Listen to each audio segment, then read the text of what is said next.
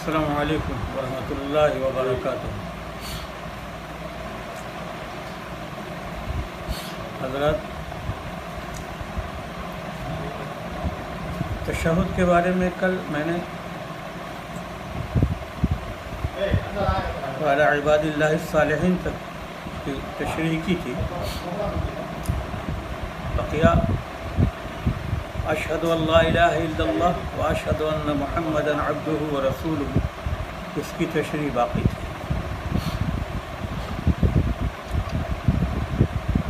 حقیقت میں اس میں یہ ہے کہ میں گواہی دیتا ہوں کہ اللہ کے سوا کوئی عبادت کے لائق نہیں ہے، کوئی معبود نہیں ہے، اور میں یہ گواہی دیتا ہوں کہ محمد صلی اللہ علیہ وسلم اللہ کے بندے اور رسول ہیں۔ بظاہر اس کو تو ہر مسلمان کہتا ہے، خواہ مرد ہوں یا عورت ہوں یا بچے ہوں، لیکن ہم نے کبھی اس پر غور نہیں کیا کہ اس کا مطلب کیا ہے۔ جو ہمارے اسلام و ایمان کی جان ہے، اشہد، میں گواہی دیتا ہوں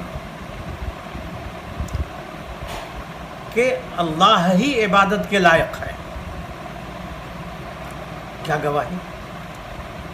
آپ کورٹ میں جاتے ہیں، کسی چیز کی گواہی دیتے ہیں، اس کا مطلب کیا ہوتا ہے کہ جس چیز کے متعلق آپ گواہی دیتے ہیں، آپ اس کے چشمدید گواہ ہیں۔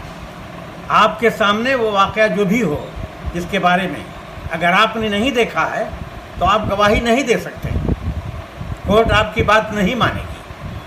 اور جب آپ یہ کہیں گے کہ میں نے میری نظروں کے سامنے یہ ہوا ہے، تو وہ آپ جو حکمراں ہے، جو قاضی ہے، جو چیف جسٹس ہے، یہ جو بھی وہاں پر ہیں کورٹ میں، تو آپ کی بات کو سنیں گے اور سمجھیں گے کہ ہاں یہ بات صحیح کہہ رہا ہے۔ تو جب ہم کہتے ہیں اشہد، میں گواہی دیتا ہوں، شہدہ یشہد و شہودن کے معنی راہ و عیانن، آدمی نے اپنی آنکھ سے دیکھا ہے، اتنی پختگی کے ساتھ، یقین کامل کے ساتھ ہم کہتے ہیں اشہد، میں گواہی دیتا ہوں کہ عبادت کے لائق صرف اللہ کی ذات ہے، اور یہ بھی گواہی دیتا ہوں کہ محمد صلی اللہ علیہ وسلم اللہ کے بندے اور اس کے رسول ہیں۔ اب ادھر تو ہم یہ کہتے ہیں کہ میں گواہی دیتا ہوں کہ عبادت کے لائق ہمارا معبود صرف اللہ ہے۔ غور کیجیے، یہی تو ہماری شاہ کلید ہے جنت کی۔ یہ کلمہ شہادت جو ہے ہمیں دوسروں سے ممتاز کرتا ہے۔ ہم نے گرچہ پروردگار کو دیکھا نہیں ہے، لیکن ہم یقین کامل کے ساتھ کہتے ہیں کہ بھائی بالکل دنیا جھٹلاتی رہے، کچھ بھی کرتی رہے، لیکن ہم یقین کامل کے ساتھ ہمارا یہ عقیدہ ہے کہ اللہ ہی عبادت کے لائق ہے۔ ایک طرف تو ہم یہ کہتے ہیں کہ اللہ ہی عبادت کے لائق ہے، اور دوسری طرف ہمارے بہت سے بھائی بہنیں درگاہوں پہ جا کر ان کے سامنے سجدہ ریز ہوتے ہیں۔ آپ بتائیے یہ کیا ہے؟ اس کا مطلب ہے کہ ہم نے اس کو سمجھا نہیں ہے۔ صحابہ کرام اور ہمارے دوسرے لوگ، اللہ سب کو جنت الفردوس عطا کرے، جو گزر چکے ہیں، آپ کے زمانے میں تھے، بعد میں تھے، یہی وجہ تھی کہ جب یہ کلمہ پڑھ لیتے تھے تو ان کو مسلمان کہا جاتا تھا۔ آج ہم یہ بھی پڑھتے ہیں، درگاہوں پہ جاتے ہیں، وہاں سجدے کرتے ہیں، کیا کچھ نہیں کرتے ہیں۔ اس کا مطلب ہے جب ہم اشہد ان لا الہ الا اللہ کہتے ہیں تو اس کا مطلب ہے کہ ہم نے اپنی آنکھوں سے دیکھ لیا ہے کہ اللہ ہی عبادت کے لائق ہے، اس کے علاوہ کوئی بھی نہیں عبادت کے لائق ہے۔ وہی ہمارا کارساز حقیقی ہے، وہی سب کچھ ہمارا ہے۔ ہم اسی کے سامنے اپنی پیشانی جھکاتے ہیں، اسی سے مانگتے ہیں، وہی ہماری مرادیں پوری کرنے والا ہے، اور اسی کلمے کی بدولت ہمیں جنت الفردوس عطا کرے گا۔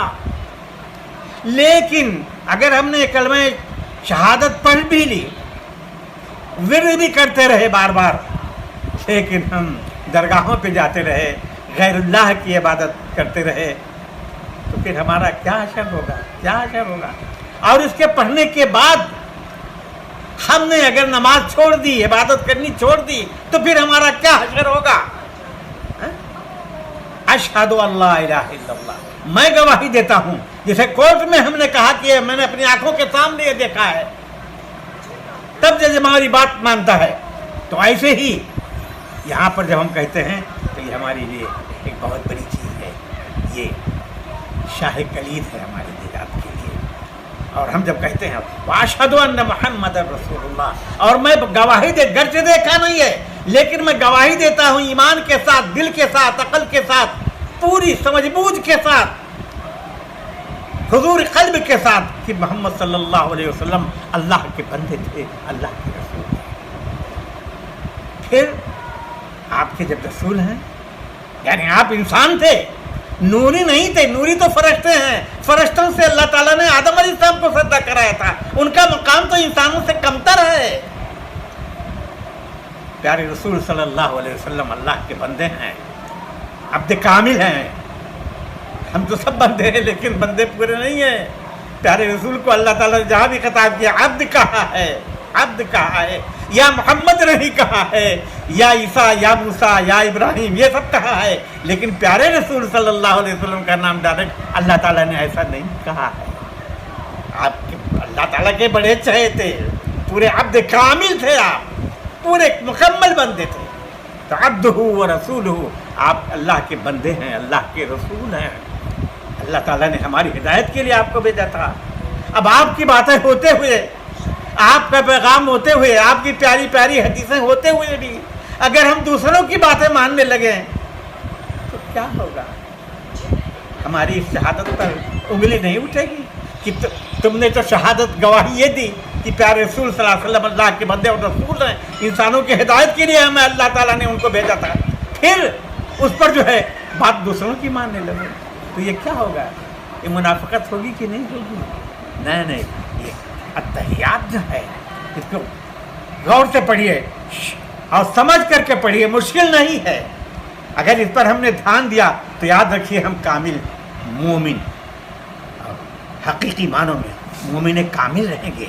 اللہ تعالیٰ سے دعا ہے کہ اللہ تبارک تعالیٰ ہم کو غور سے پڑھنے اور سمجھنے اور پھر اللہ اور اللہ کے رسول پر کامل ایمان لانے کی اللہ ہمیں توفیق دیتا رہے اور ہم صحیح معنوں میں مومن کامل بن کر کے رہیں، کیونکہ اسی اشہد ان لا الہ الا اللہ واشہد ان محمد رسول اللہ، اسی پر ہماری نجات کا انحصار ہے۔ اللہ ہماری مدد فرمائے اور ہمیں اس پر عمل کرنے کی توفیق عطا فرمائے۔ السلام علیکم ورحمۃ اللہ وبرکاتہ۔